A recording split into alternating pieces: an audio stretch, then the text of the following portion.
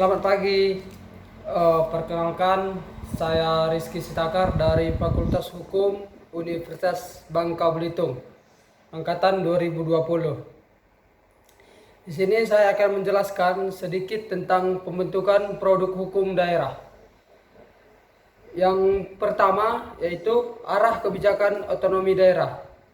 Di dalam arah kebijakan otonomi daerah ada 3 hal penting yang termasuk dalam percepatan kesejahteraan rakyat. Yang pertama, peningkatan pelayanan, pemberdayaan masyarakat, dan peningkatan daya saing.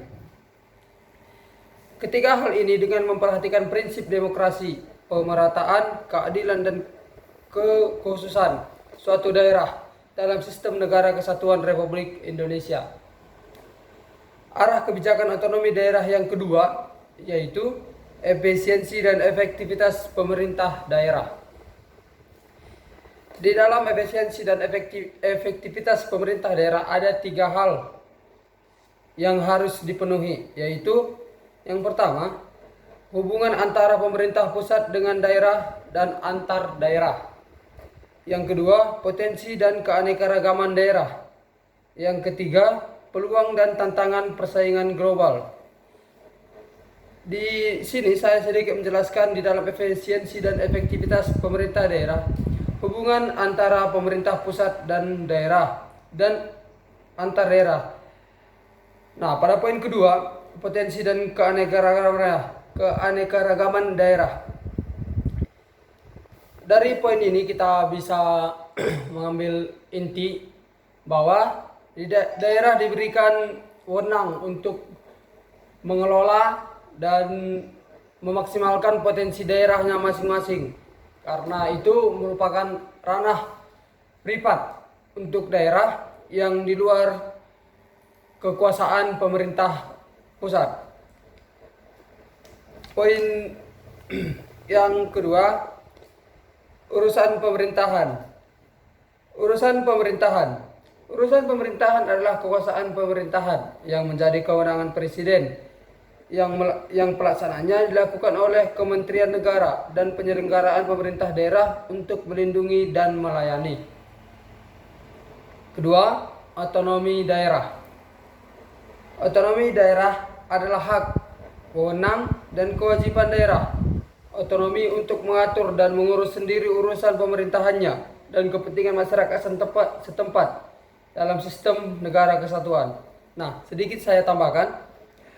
Dalam otonomi daerah, pemerintah daerah memiliki hak, wewenang, dan kewajiban daerahnya sendiri bagi pemerintah untuk mengelola dan memaksimalkan potensi dari daerahnya masing-masing demi kepentingan dan kesejahteraan untuk masyarakat daerah itu sendiri. Urusan pemerintah dibagi menjadi 3, yaitu yang pertama, urusan pemerintah absolut, yang artinya, yang saya artikan secara sederhana, yaitu sepenuhnya menjadi kewenangan pemerintah pusat. Nah, bila kita lihat untuk pengertian umum, di urusan pemerintah absolut, semua urusan dari pemerintah dipegang oleh pemerintah pusat. Yang kedua, urusan pemerintahan konkuren, yang artinya urusan pemerintah yang dibagi antara pemerintah pusat dan daerah provinsi dan daerah kabupaten. Nah, sedikit saya tambahkan, di dalam urusan pemerintah konkuren ini kekuasaan pemerintahannya dibagi dalam arti pemerintah pusat, pemerintah provinsi, dan pemerintah kabupaten memiliki kekuasaan untuk daerahnya masing-masing. Yang ketiga, urusan pemerintahan umum, yang artinya urusan pemerintahan yang menjadi kewenangan presiden sebagai kepala pemerintahan. Kebijakan daerah. Kebijakan daerah ini diatur dalam pasal 17 Undang-Undang Nomor 23 Tahun 2014 yang menjelaskan daerah berhak menetapkan kebijakan daerah untuk menyelenggarakan urusan pemerintahan yang menjadi kewenangan daerah. Nah, Di sini, daerah dalam menetapkan kebijakan daerah wajib berpedoman pada norma standar, prosedur dan kriteria yang telah ditetapkan oleh pemerintah pusat.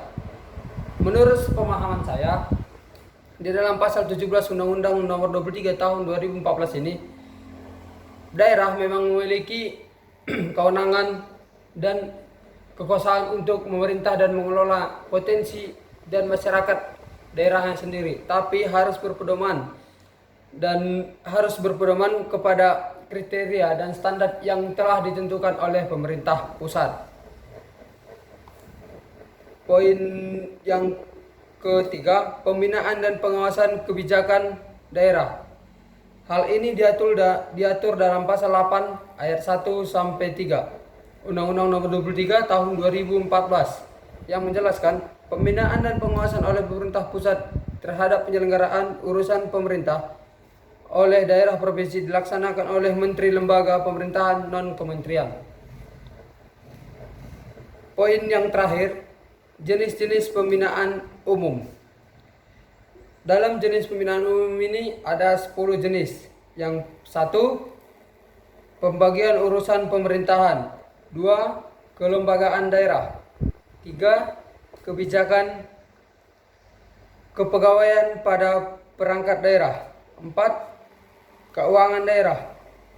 5, pembangunan daerah. 6, pelayanan publik di daerah. 7, kerjasama daerah. 8, kebijakan daerah. 9, kepala daerah dan wakil kepala daerah. Yang terakhir, bentuk yang lain. Mungkin pada video kali ini itu yang dapat saya sampaikan. Mungkin masih banyak kekurangan dan salah kata karena saya masih dalam proses pembelajaran. Akhir kata saya ucapkan terima kasih. Selamat pagi.